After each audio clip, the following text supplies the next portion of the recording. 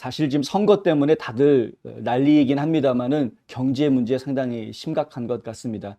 스위스 은행인데요. UBS에 있는 최고 이코노미스트, 지금 이제 스위스 글로벌 웰스 매니지먼트의 수석 이코노미스트로 있는 폴 도노반이라는 분이 파이낸셜 타임즈에다가 어제 기고를 하나 했는데 그 기고 내용을 저희가 좀 소개를 해드리고 그 반론을 좀 제기하려고 합니다. 이 기고 내용의 중심은 뭐냐 하면은 기업들이 이익을 더 내기 위해서 인플레이션을 주도하고 있다라는 이야기입니다. 도노반은 이렇게 이야기합니다. 파웰의 공개 발언은, 그러니까 제롬 파웰 연준 의장을 얘기하는 것이고요. 더 높은 금리가 인플레이션을 어떻게 길들일지를 기대하는지에 대한 통찰력을 거의 제공하지 않는다. 무슨 말이냐면 기준금리를 계속 올리는 것이 인플레이션을 어떻게 잡을 수 있는지에 대한 구체적인 얘기를 지금 안 해주고 있다라는 겁니다. 금리만 올리려고 하지 그게 인플레이션을 잡을 수 있다라는 것을 우리한테 확신을 못 시켜주고 있다. 이런 이야기죠. 인플레이션이 지금 이제 양적 완화에 의해서 만들어진 것이다라는 이야기는 뭐 하루 이틀 나온 이야기가 아니고 이건 뭐 정설이라고 저희는 믿고 있습니다.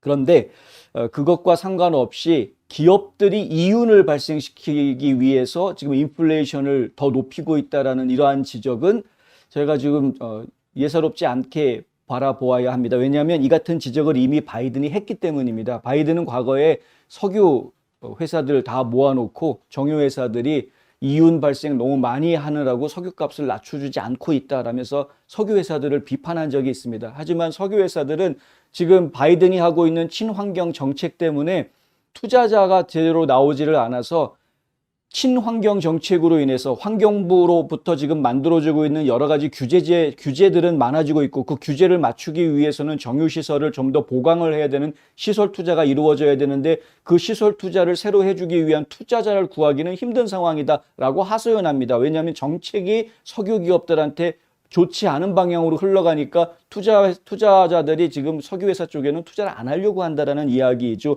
결국에는 이렇게 이익을 발생시켜서 재투자할 수밖에 없는 그런 방향을 이미 정부가 정책을 그렇게 만들어 놓고 우리한테 지금 이익 많이 발생시킨다고 뭐라고 하면 우리는 어쩌란 말이냐지 이런 하소연을 하고 있는 그런 상황인 겁니다. 또 바이든은 여행업계, 특히 이제 항공사들을 겨냥해서 항공사의 항공 요금이 숨어있는 요금, 소비자들을 속이고 있다. 숨어있는 요금을 이야기를 합니다. 그러면서 항공 요금 비싸다. 항공사들은 큰 이익을 남기면서 소비자들한테 오히려 인플레이션 부담을 주고 있다. 뭐 이런 이제 이야기를 대놓고 했었죠. 백악관에서. 근데 이러한 부분들에 대해서도 항공업계는 지금 크게 어필하고 있지 않지만 침묵하고 있지만 하지만 비슷한 논리로 이야기할 수 있는 부분이 있을 것 같다.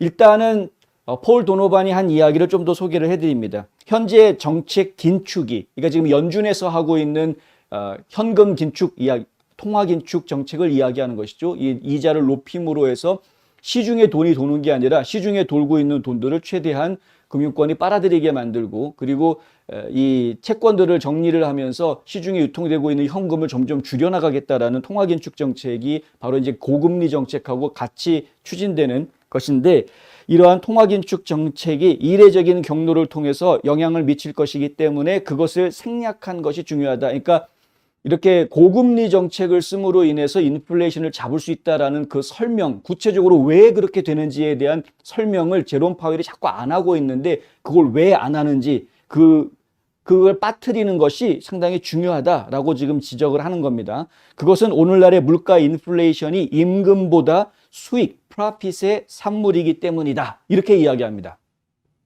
그러니까 임금 인상이 많이 이루어지면서 인플레이션이 올라간 것이 아니라 물가가 올라간 것이 아니라 왜냐하면 이제 임금이 올라가면 원가가 올라가니까 당연히 물가가 올라가는 게 당연한 겁니다. 그런데 그러한 것이 아니라 지금 기업에서 이익을 더 많이 발생시키려고 프로핏 마진을 더 많이 얻으려고 물건값을 일부러 더 높였다라는 이야기를 지금 하고 있는 겁니다. 이 같은 주장은 코로나 바이러스 팬데믹 기간 동안에 에너지 부문부터 금융 부문까지 민간 부문 거물들이 큰 폭의 수익을 올렸다는 사실에 기인한 것이다 라고 월스트리트저널에서는 분석을 합니다. 실제로 많은 기업들이 팬데믹 기간 동안에 이 그래프 비스무리하게 뚝 떨어졌었는데 이건 그런 그래프가 아닙니다만은 그런데 매상이 갑자기 뚝 떨어졌다가 갑자기 매상이 확 올라가죠.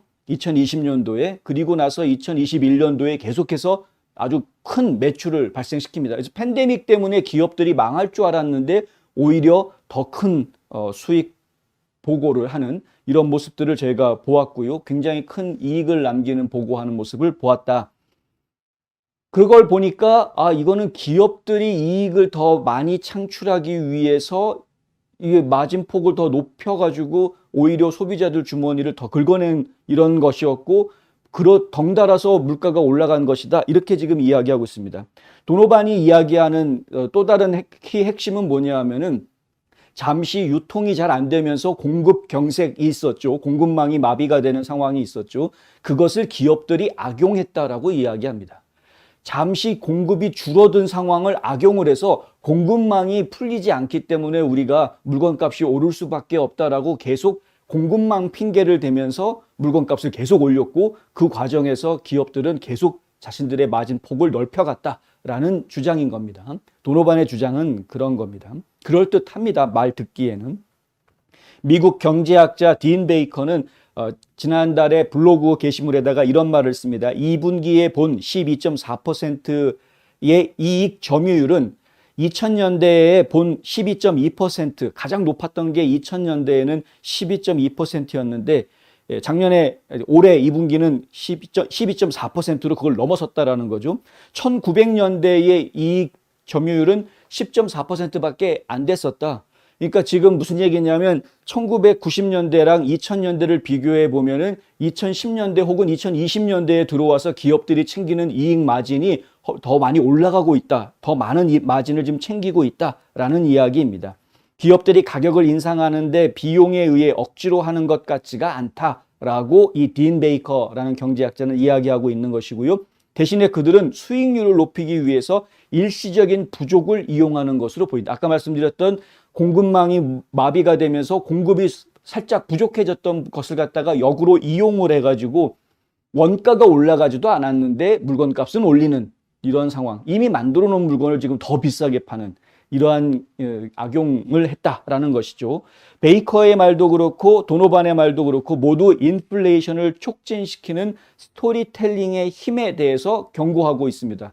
이것도 굉장히 중요한 부분인데, 소비자 기대 심리가 더 높은 가격을 받아들이도록 가스라이팅하고 있다라는 이야기입니다. 물건값이 왜 이렇게 비싸졌지? 야, 비쌀 수밖에 없어. 지금 공급망이 마비가 돼가지고 전국이 지금 온통 난리도 아닌데 지금 물건이 없어서 못 파는 그런 상황이니까 물건값이 비싸질 수가 없어. 이러한 내러티브를 갖다가 전 국민들한테 다 세뇌시켰다라는 이야기죠. 그래서 비싸게 물건값을 놓더라도 국민들은 그냥 사게 만드는, 그걸 수용하게 하는 이러한 스토리텔링의 힘.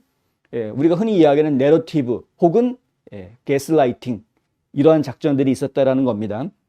도노반은 이렇게 이야기합니다. 소비자들은 가격 인상을 정당화하는 것처럼 보이지만 실제로 이윤 확대를 위한 커버 역할을 하는 이야기를 사는 것이다.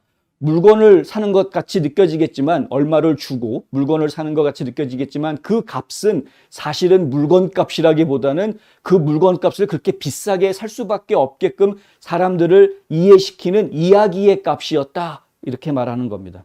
실제로 트위터 시대의 건전한 경제는 이 과정을 따라가는데 도움이 된다라고도 말합니다. 이건 또 무슨 말이냐 하면은요. 트위터 시대라는 이야기는 결국은 이렇게 빨리빨리 SNS 메시지 주고받는 이런 온라인 시대, 손 안에서 모든 것을 주문하고 결제하고 빨리빨리 정보를 주고받는, 금방 순식간에 정보가 퍼지고 금방 결정할 수 있는 이러한 세대에서는 경제가 결국에는 거의 빛의 속도로 반응하는 그런 모습들을 저희가 볼 수 있는 것이죠. 바로 그것을 이야기하는 겁니다. 이러한 IT 기술이 널리 퍼져 있는 이런 환경들이 결국은 지금 말씀드린 기업이 과도하게 이윤을 창출하는, 욕심을 부리게 하는 그런 부분들을 좀 도와주고 있다. 이렇게 지금 이야기하고 있는 것인데요. 상당히 그럴듯합니다. 들어보면 진짜 그런 것 같습니다. 이 기업 나쁜 놈들, 역시 돈 버는 게 목적인 놈들이니까 당연히 기업이 나쁜 짓을 했구나라고 생각하기가 쉽습니다. 그런데 저희가 지금 반론을 좀 제기하려고 하는 것은 뭐냐 하면은요. 수요와 공급의 원칙이 가격을 결정한다라는 것은 매우 오래된 마케팅 기본 원리이고요. 이거는 뭐 기본 원리입니다. 가격은 마음대로 파는 사람이 마음대로 정하는 게 사실은 아닙니다.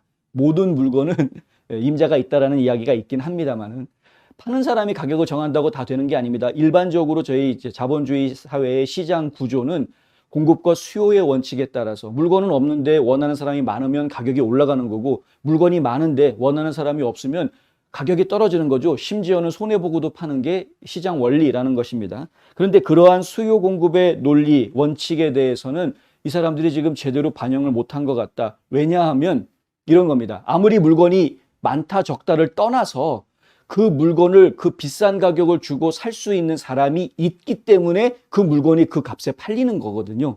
무슨 얘기냐 하면은 만약에 국민들 주머니에 돈이 없었다면 그러면 아무리 물건이 많건 적건 상관없이 물건이 아무리 조금 남아있다라고 하더라도 주머니에 돈이 없으니까 살 수가 없었을 텐데 살 수가 없으면 그것은 수요가 줄어드는 것이고요. 수요가 줄어들게 되면 물건값은 올라가지가 않습니다. 떨어질 수밖에 없습니다.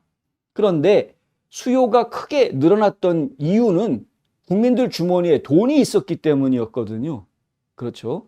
팬데믹이 터지고 나서 직장도 출근할 수 없는 상황, 아이들도 학교에 갈 수 없는 상황이 전개가 됐습니다. 그리고 일체 다들 내가 다니던 직장이 다 문을 닫고 어떻게 해야 되나 걱정했습니다. 잠깐 걱정 있었던 것이었고 그 이후에 실제로 정부가 돈 보따리를 풀기 시작을 했습니다. 그래서 트럼프 대통령 시절 때 CARES라는 법이 통과가 되죠. 코로나 바이러스 에이드 릴리프 앤 이코노믹 시큐리티 해가지고 CARES 액트라는 게 통과가 됩니다. 이때 돈이 수르륵 많이 나왔습니다. 주머니에다가 1인당 1,400불 뭐 기본적으로 해주고 PPP라는 것도 나오고 뭐 여러 가지 것들이 나왔습니다. 그래서 각각 국민들이 큰 어려움 없이 이걸 버텨낼 수 있게끔 지원들이 이루어졌습니다. 여기까지는 사실 괜찮을 수도 있었는데 그 다음에 바이든이 대통령이 되고 나자마자 또 2021년에 한 번 더 이러한 조치가 이루어지게 됩니다. 미국 구조계획법 해가지고 아메리칸 레스큐 플랜 액트라는 게 의회를 통과하게 되죠. 그래서 또 돈을 한 번 더 풉니다. 이렇게 두 번에 걸쳐서 푼 돈이 4조 달러가 넘습니다. 4조 달러를 풀었다라는 것, 그것도 불과 2020년에 한 번 하고 바로 2021년 초에 한 번 더 하는, 이게 1년도 안 돼서 이렇게 돈을 4조 달러라는 돈을 찍어낸 것은 역대 없었던 일이었습니다. 예, 정말 역대 없었던 일이었습니다. 지금 화면에 보시는 이 그래프는 GDP입니다. 그러니까 Gross Domestic Product 해가지고요. 국민 총생산, 국내 총생산 그래프인데 코로나 바이러스가 터졌을 때 GDP가 푹 떨어질 수밖에 없었죠. 전부 다 올 스톱했으니까 모든 게 다 스톱되고 다 집에 있을 수밖에 없었으니까. 그리고 나서 이제 급격히 다시 회복이 이루어졌습니다. 그 뒤로 GDP는 계속 성장하고 있는데 이 GDP가 연간 총생산인데 우리 국민들이 만들어내는 총생산 규모인데 1년에 20조 정도밖에 안 됩니다. 2020년에 20조, 2021년이 23조 정도 했습니다. 그리고 지금 2022년은 아마 25조 정도 될 거다 이렇게 지금 예상을 하고 있는데 그럼 GDP가 2020년도에 20조였는데 4조를 풀었으면 20%를 푼 겁니다. GDP의 20%를 그냥 현금을 뿌린 겁니다. 엄청난 돈을 뿌린 겁니다. 그러니까 국민들이 돈이 있었죠. 그래서 물건값이 올라가도 물건을 사겠다라는 돈이 있었습니다. 수요는 계속 폭발적으로 나오는데 공급망 문제 때문에 물건이 적었던 상황이 됐죠. 한번 비싸게 가격을 올려놓은 다음에 다시 가격을 떨어뜨리지 않아도 되는 이유가 여기에서 나왔습니다만은 하여튼 기업들 입장에서는 수요가 받쳐졌기 때문에 장사를 한 겁니다. 아니 사겠다는 놈 없는데 저희가 어떻게 마음대로 가격을 올립니까? 라는 이야기입니다. 따라서 지금 문제가 되는 것은 사실은 정부가 지나치게 무리하게 돈을 풀었던 것이 그것이 진짜 원흉이었는데 그 부분에 대해서는 이 경제학자들이 이야기하지 않고 오히려 이 경제학자들은 기업이 이익을 늘려서 이런 문제가 생겼다라고 헛다리를 짚고 있는 모습이다. 그런데 이렇게 헛다리 짚는 경제학자들의 이야기를 왜 주요 언론사들이 내보내주고 있는가? 바이든 때문이죠. 바이든 행정부가 지금 계속해서 기업들을 압박하고 있는 모습을 저희가 지금 보고 있기 때문입니다. 바이든 행정부는 앞뒤가 안 맞는 정책을 지금 펼치고 있는데, 첫째는 이렇게 기업들을 압박을 해서 이윤을 줄여라라고 이야기하면 기업들 입장에서는 고용을 줄일 수밖에 없습니다. 고용을 줄일 수밖에 없습니다. 가뜩이나 지금 앞으로 경기 침체가 올 거다라고 예상하고 있는 상황에서 고용 줄여야 되나 말아야 되나 막 고민하고 있는 기업들인데, 거기다가 이윤 줄여라라고 이야기하면 고용을 줄 수밖에 없죠. 아까 석유 업체들 같은 경우에는 지금 재투자를 해야 되는 상황입니다. 시설 확충을 더 해야 되기 때문에 재투자를 해야 되는 왜냐면 환경 규제가 있으니까 재투자를 해야 되는데, 그런데 재투자할 투자자는 나타나지 않고 결국은 본인들이 이익금 낸 거에서 다시 환원해서 재투자를 해야 되는 상황인데, 이익을 줄여라라고 이야기하면 주주들이 가만히 있습니까? 실제로 우리한테 들어오는 이익 배당은 그렇게 많은 게 아니야라고 또 소리를 높일 수밖에 없는 상황이 올 수밖에 없는 것이죠. 그러니까 이러한 부분들이 지금 앞뒤가 안 맞는 정책이 되어주고 있다. 지금 여기 보시는 게 바로 그건데요. 코로나 때 지금 어떻게 돈을 풀었는가인데, 아까 말씀드렸던 그 두 가지 법안을 가지고 지금 4억 6천만 달러, 여기 보면 이제 4.6 트릴리언이라고 써있죠. 4억 6천만 달러까지 쓸 수 있게끔 의회에서 승인을 일단 받아놓은 상태입니다. 그런데 오늘 현재까지 4조 달러 정도를 이미 집행을 했다는 이야기고요. 이미 다 썼다는 이야기고, 그리고 최소한 4조 4천억 달러 정도는 이 법에 의해서 실제로 집행이 되어야만 한다라고 표시가 되어져 있는 겁니다. 4조 4천억 달러까지는 계속 써야 된다라는 이야기죠. 지금 여기에는 인플레이션 감축법은 포함이 안 돼 있습니다. 인플레이션 감축법에 의해서 또 1조 달러를 쓰게 되는데, 그거는 이제 뭐 10년에 걸쳐서 쓴다, 뭐 8년에 나눠서 쓴다, 뭐 이런 얘기가 있으니까 여기까지는 안 하더라도 하여간 이미 4조 달러를 풀었었다. 그래서 사실은 국민들한테 돈을 주워놓고 소비를 하게 만들어 놓고, 그리고 오히려 기업들한테 지금 큰 소리를 치고 있는 정부의 입장은 상당히 앞뒤가 안 맞는 그런 입장이다. 기업들이 이익을 내야 사람을 더 고용을 하든가 말든가, 뭐 고용한 직원들의 월급을 올려주든가 말든가 할 것 아닙니까? 근데 이익을 내지 마라 라고 이야기하는 건 네 본분을 하지 마라 라고 이야기하는 것인데, 이런 미친 말들을 버젓이 떳떳하게 하고 있는 바이든 행정부를 보면서 저희가 지금 실소할 수밖에 없다, 정말 짜증이 많이 난다라고 이야기할 수밖에 없는 것이죠.